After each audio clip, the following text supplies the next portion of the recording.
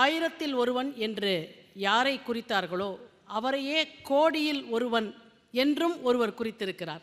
அந்த கோடியில் ஒருவனும் ஆயிரத்தில் ஒருவனும் ஒருவனே.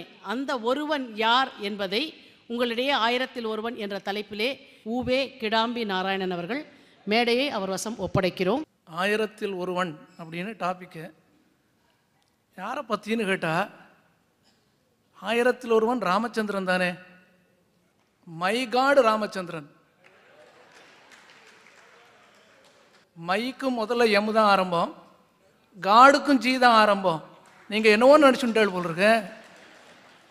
நான் அயோத்தி ராமச்சந்திரனை சொல்கிறேன். ஒரு காரியத்தை எடுத்துட்டோம்னா அந்த காரியம் முடியற வரைக்கும் வேற எதுலேயுமே மனசு செலுத்தக்கூடாது. அதை தான் இன்றைக்கி நம்ம ஃபோக்கஸ் அப்படின்னு சொல்கிறோம். டைவர்ஷன் இருக்கக்கூடாதுன்னு சொல்கிறோம். ஆண்டாள் ஒரு விரதம் எடுத்துட்டாள். அந்த விரதம் முடியற வரைக்கும் நெய் உண்ணோம், பால் உண்ணோம், நாட்காலே நீராடி மையிட்டு எழுதோம், மலரிட்டு நாம் முடியும். இதெல்லாம் வெளியில் இருக்கிற ட்ரெஸ்ஸிங் நாம் போய் பண்ணிக்கிறோம் இல்லையா பியூட்டி பார்லரில், அது போல். ஆனால் இது மட்டும் போதுமா? போராது. இதுக்கு அடுத்து இன்னொன்று இருக்குது. வெளியிலேயே இவ்வளவு அழகாக இருக்கணும்னா மனசுக்குள்ளே எவ்வளவு அழகாக இருக்கணும். அதைத்தான் பின்னாடி சொன்னாள். செய்யாதன செய்யோம் தீக்குறளை சென்னோதும். செய்யாதன செய்யோம்னா என்ன அர்த்தம்? நம்ம பெரியவா எதை செய்யலையோ அதை நாம் செய்யக்கூடாது. அடுத்தவாளை பற்றி தவறாக பேசக்கூடாது. உடனே ஒருத்தர் கேட்டார், அவளுக்கு தெரிஞ்சு பேசலாமா தெரியாமல் பேசலாமான்னார். எப்போதுமே பேசக்கூடாது. தெரிஞ்சும் பேசக்கூடாது, தெரியாமையும் பேசக்கூடாது. அப்போ இந்த 4 4+2, ஏன்னா இப்போ 10+2 இருக்கு இல்லையா, இது 4+2. ஆண்டாள் சொன்னாலே இது நமக்கு மட்டும் கிடையாது, பெருமாளே மனுஷனாக வந்தால் அவனுக்கு இதுதான். சுவாமி தேசிகன் பாதுகா சகசிரம்னு அழகான ஒரு கிரந்தம் பண்ணியிருக்கார். அதில் சொல்கிறார், ராமனுக்கு ஒரு விரதம் இருந்ததுன்னார். சிராய ஆசிதாரம் விரதம் அப்படின்னார். ராமனுக்கு என்ன விரதம் இருந்தது? மாத்ருதேவோ பவா, பித்ருதேவோ பவா, ஆச்சாரிய தேவோ பவா, அதிதி தேவோ பவா. இது ராமனுடைய விரதம். சுவாமி தலைப்பு ஆயிரத்தில் ஒருவன் சொல்லியிருக்கீர், ராமனுக்கு இந்த விரதம்னு சொல்றீர். அப்போ ஆயிரத்தில் ஒருவனுக்கு ராமனுக்கு என்ன சம்பந்தம் இருக்கு? ராமன் ஒருவன். அப்போ ஆயிரத்தில் ஒருவன் யாரு? அதுக்கு இன்னும் கொஞ்சம் நேரம் நம்ம காத்துட்டு இருக்கணும். இந்த சீரியலில் தொடரும்னு போடுவா இல்லையா, அதை போல தான். தொடரும்னு போட்டுவிடுவா, நாளைக்கு ஒன்றும் இருக்காது. ஆனால் இன்றைக்கி ஆற்றுல ஒரே சண்டை. அவன் சீரியல் முடிஞ்சு போயிருக்கோம், ஆற்றுல அடுத்து என்ன நடக்க போகிறது, என்ன நடக்க போகிறது, நீங்கள் SMS பண்ணுங்கோ, அடுத்து என்ன பண்ணலாம், இத்தனை விசாரம் இங்கே ஓடின்னு இருக்கும். ராமனுக்கு பட்டாபிஷேகம் பண்ணணும்னு தீர்மானம் பண்ணினான் தசரதன். மூத்த பிள்ளை அஸ்வமேத யாகம் பண்ணியிருக்கான், புத்திரகாமேட்டி யாகம் பண்ணியிருக்கான். கல்யாணமாகி 60,000 வருஷம் குழந்தையே இல்லாமல் இருந்தவன் தசரதன்.